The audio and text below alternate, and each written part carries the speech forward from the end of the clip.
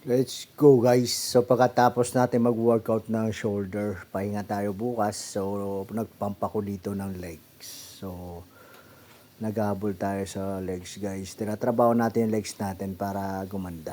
So ang inuna ko guys ay yung leg extension. So nag-pyramid ako kasi mag-isa lang ako guys. So pyramid, pabigat ng pabigat. Tapos eto na yung squat ko sa Smith machine guys. So, squat guys, ha? So, sumusunod talaga ako ng legs kasi hindi maganda yung legs ko maliit. So, pinapractice ko to lagi. At ito na yung pangalawang set natin guys. So, pabigat na to ng pabigat guys. So, dito nag-belt na tayo. At naglagay na rin tayo ng suporta sa tuhod. So, ganun lang guys ha. So, workout natin kailangan consistent tayo sa workout, focus, and then maganda yung pagkain natin. So, kailangan ang inaral natin guys sa workout ay yung pagkain. Tapos ng workout, kailangan may pagkain tayong nakahanda. So, ganun lang guys everyday. So, kailangan mo magpursige. So, katulad ng sinabi ko, consistent kayo sa sarili, focus. So, wag tayong makipag-chismisan sa mga ka-gym meet natin guys kasi wala yung may tutulong sa iyo yan. Pahihinahin ka lang yan. Yan o.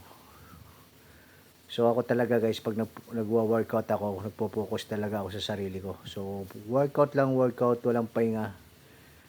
So yun, ang pahinga ko na lang guys ay yung pag-inom ko ng tubig, konting kwento, buhat ka agad. So hindi talaga ako nagbababad sa mga makwentuhan. So, kailangan natin magpursige guys kasi may magkukumpit na naman tayo etong taon na to.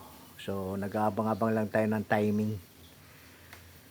So, yun lang guys ha. Kasi, siyempre, marami talagang nakapaligid sa atin na may ligmang batikos. Lalo na pagka nalalampasan mo sila, babatikos si ganyan. Kaya, minsan, huwag tayo makikipag-usap sa mga ganong mga inggiterong mga tao guys. Focus lang tayo. So, wala tayong asenso pagka tinamaan tayo ng mga inggiterong tao na yan.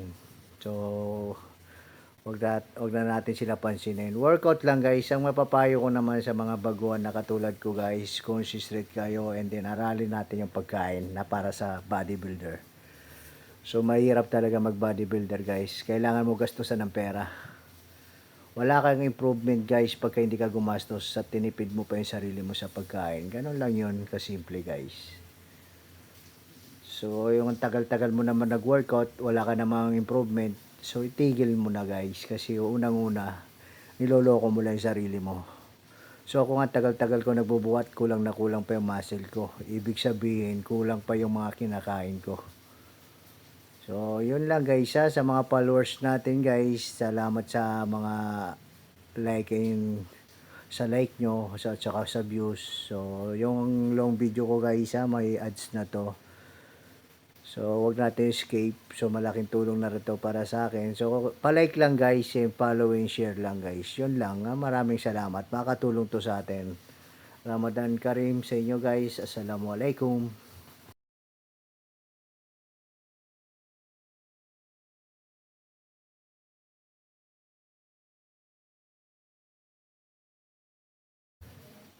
Siya nga pala guys, pagkatapos natin mag-workout, kailangan natin posing, practice posing.